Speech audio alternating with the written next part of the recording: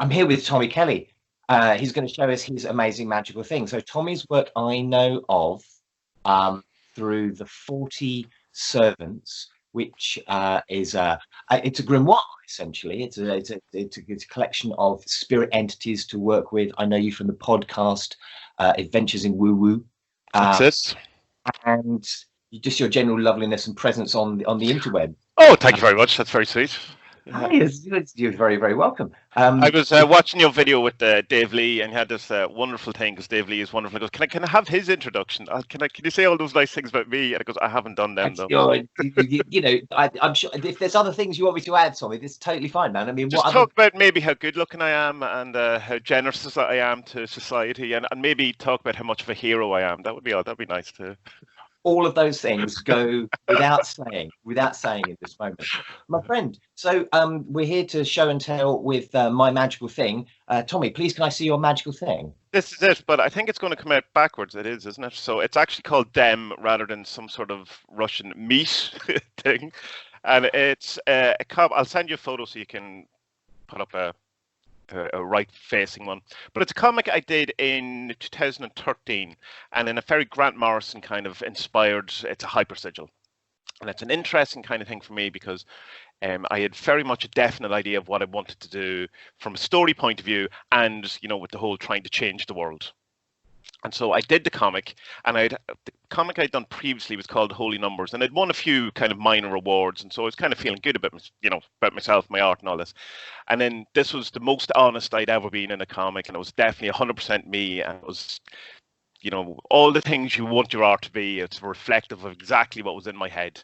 And then I released it, and no one cared. It just kind of flopped immediately. And I went, well, that's interesting. But I finished it anyway and got through the whole thing. I kind of assumed, because I kind of ended up in a dark place after, and I kind of got very disillusioned with comics and art and what am I doing with my life and magic and all of these things. But it kind of got me thinking then that the hyper sigilness of it just didn't work at all.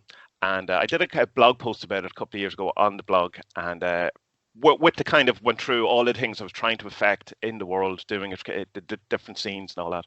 And the end of the blog post was, and it didn't really work. And then about a year later, I did another blog post going, oh yeah, you see, the problem was I was still in the middle of it. I was still the hyper sigil part of it was still doing. And then when it laid out, when I went back from the point of when it released the comic to where I was then, it had exactly manifest every single bit of it.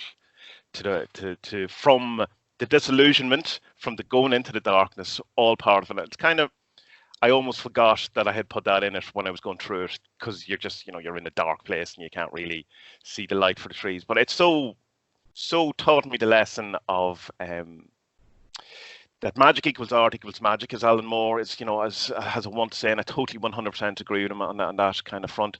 And that sometimes you just have to wait for your magic, not push it, and not kind of demand that it happens the next day, or see it as a process, I suppose.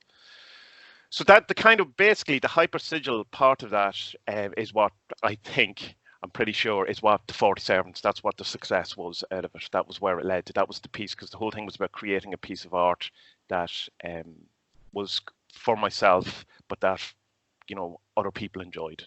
And the 40 Servants was definitely created just for myself, and then other people enjoyed it. So that was the genesis of this whole kind of oeuvre, this whole kind of bigger piece of, well, not bigger piece of work, but this other piece of work that you've been sharing with people, and you're sharing online very much at the moment.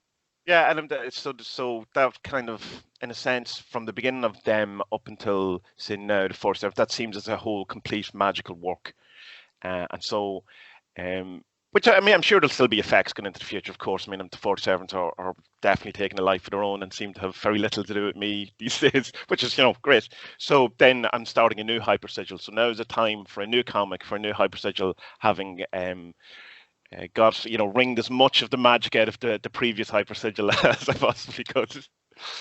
Let's have another quick look at it. Let's have another quick look at them. Can you flick through a couple of the pages so we can get the sort of, oh, this is nice. People can see other bits of, there's a lot of kind of examples of your artwork and things online. Yeah. This is, loving it.